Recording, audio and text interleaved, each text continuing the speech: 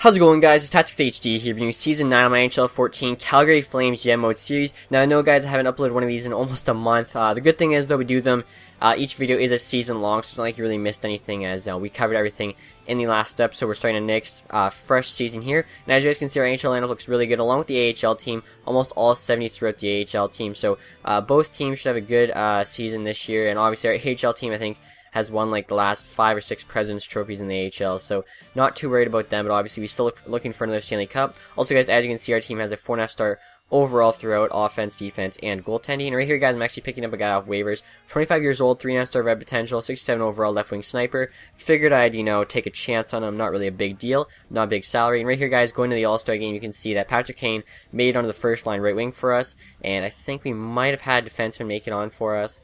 No, we didn't. Never mind. I thought we did. And unfortunately, our goalie, Laner, also didn't make it on. So only Kane this year. But right here, guys, we're at the trade deadline. Looking for an improvement on defense. Justin Schultz there, 85 overall. The offensive defenseman. Trading Tyler Weatherspoon, who's actually a top 6 defenseman, but he's in our AHL, so we didn't need him, along with a first-round pick. So we had to give up that first-round pick, but this is the last draft for us, as next year is our last year, the 10th season, so we're not going to have a draft. As well, guys, right there, traded Molson for a 4th, basically just getting rid of his salary. He was on the decline. I think he was like 80 overall now. Then right here, guys, I'm trading Dmitry Orlov.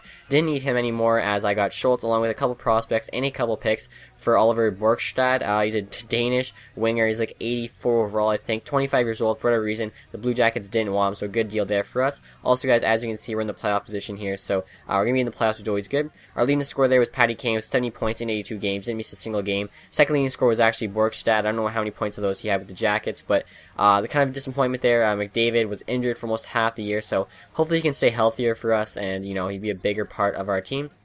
And right here, guys, going into the first round of the playoffs, we're actually playing the LA Kings, so it's going to be a tough matchup here. But before we do that, I'll show you the AHL leaders. As you guys can see, this guy right here, Bernard Chenard, I don't know if he's a real player or not, 91 points in 76 games. He just tore the AHL up for us this year. And the rest of the team actually did produce pretty well throughout. Obviously, there's some guys that, were in between NHL and AHL throughout the year. But anyway, guys, like I was saying, we're in the playoffs here, playing against the LA Kings in the first round. I think we were the 6th seed and they were the 3rd seed. I'm not exactly sure, but we're actually going to be all tied up at 3 here, going into the 7th game. As you guys can see right here, here's the 6th game where we win it. Going to the 7th game, it's a big game, and unfortunately we lost that one 3-1. So, kind of sucks for the early exit there. And as you guys can see, our AHL team, as for Heat, are going up against the Texas Stars. So, that's their first round. Hopefully, they can make it out of the first round. Obviously, we don't want them to also lose in the first round, but as you can see, they did. So, kind of a poor performance in the playoffs there from our two teams. Luckily, we have next year to try to make up for that. Right here, guys, as a look at the retired players, as you can see, some big names there, like Eric Stahl, Mike Richards, Jason Spezza, David Bolin, David Backus. Some bigger names, Christopher Stieg, Steve Downey, David Clarkson, some big name guys are really retiring here. Clark MacArthur, Matt Molson retired, so it was a good deal. Just getting rid of him there, getting a 7th round pick, but we jumped the salary. Thomas Fleischman's also retired, so a lot of players that in their prime ish right now are retiring. A lot of Schmid, Justin Stoltz retired, but that was actually the other Justin Schultz, as we have. There's 2 Justin Schultz, if you guys didn't know. Ottawa, Mark Methot retired, Brent Seabrook retired on the St. Louis, McCallick and Matt Carl retired, Dion Phaneuf retired, Jason Garrison, so a bunch of guys that are kind of like, mid to late 20s right now, all retiring. Kind of shows you guys how late we're getting into this GM mode. Like I said, though, guys, we traded away our first round pick, but right here, nice 2nd round pick, picking up Kulikov, left winger there, 3.5-star green potential. I really think he'll be a big addition to our team. Hopefully next year, as we only have 1 year left, so hopefully he can come out of that draft pretty high overall, or gain some potential over the summer. And then right here, guys, with our 3rd pick, we actually got another player there in Theo Lombardi. He's going to have 3-star green potential. He's a center for us, power forward, so he should be able to help us out.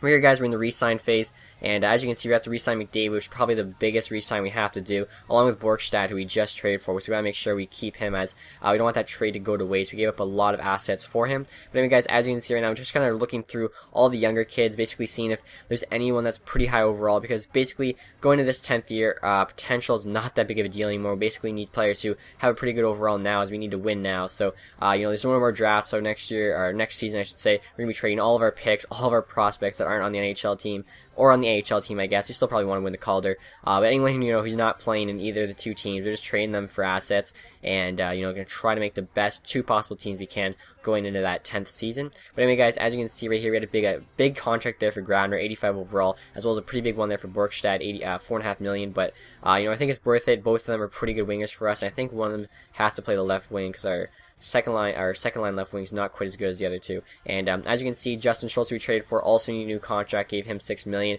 Ekblad has been on the team since we drafted him, got a new contract there along with Braden Coburn. So we're dishing out a lot of money here. Probably not going to have too much money going into the free agency. So basically, you have to be smart and try to, you know, get everyone for as cheap as we can, as we want to try to at least add, I think, one defenseman would be good. Our top 6 is okay, but I think we might have a couple high 70s in the top 6, and I'd much rather have a couple low 80s, as you know, I think it's a pretty big jump from high 70 to low 80 that can really make a difference. And like I was saying, guys, right there, just kind of going through the prospects, deciding just who to cut loose and let go, free up a roster spot, and then who to keep, and hopefully there could be a big potential boost over the summer, and basically just have to risk it on that, because after that, it's pretty much just those are the players we're going to have going into next year. And as you can see, I had to re-sign Burke, our backup goalie. And then right here, guys, we're actually making a trade, trading Dylan Mickelrath there for a second-round pick. That was simply for a roster. I think he was 79 overall. Wanted that salary to be able to sign Chris Bygrass here, 27 years old, 81 overall. Trading Mickelrath gave us the little $4 million to sign him. So like I said, I think we went up from a 79 to an 81. So I think that was a good deal for us, as well as we picked up the second-round pick. There here, guys, is a look at the awards from last year. As you guys can see, Joshua Hosang, he's a Spitfire. He actually got the Calder Trophy, so he must have been stuck in the AHL for a while, because he's getting drafted this year, and he got the Calder Trophy in the 9th season. Also, guys, as you can see, again, we won the President's Trophy in the AHL. Like I think we've done it for at least 6 or 7 years in a row, which is insane. Chenard, obviously, the guy with 90 points, got a couple of awards here. Most outstanding player, most points. He just tore it up. Most outstanding rookie. He was a rookie in the AHL, which is insane. But I was looking at his stats when we were doing the re-sign phase, and his stats were not that good. He was like high 60s, low 70s. So I'm not really sure exactly how he tore it up as much as he did, but he did, so whatever. And as you guys can see, right here's our NHL lineup going into next year, the final year, looking pretty good. I think those top 2 lines there, Barchi, McDavid, Kane, Borkstad, Backlund, and Grabner. Also, guys, have a pretty strong top 6 with Lehner and Birken, and I think we're going to be a pretty good team. And then right here, guys, is the AHL team. As you can see, Chenard finally got that upgrade. He's now at 77 overall, so he might actually get some playing time in the NHL, considering how much he tore it up in the A. Also, guys, Anthony Delangelo, he was our first-round pick in the first draft in 2013, the very first season. Was always in the 50s. Finally, he's an 80 overall, so he's probably going to get the call-up as well this year, which is a big help for us on a low salary. And right there, guys, you can see our team now has 4.5-star offense, 4-star defense, and 4.5-star goaltending. Besides that, guys, that's it for this episode. I hope you enjoyed it. Stay tuned for the next season, which will be the final season. Hopefully, we can win it with a Stanley Cup. Anyway, guys, that's it for this episode. Hope you enjoyed. Thanks for watching. Have a nice day. Goodbye.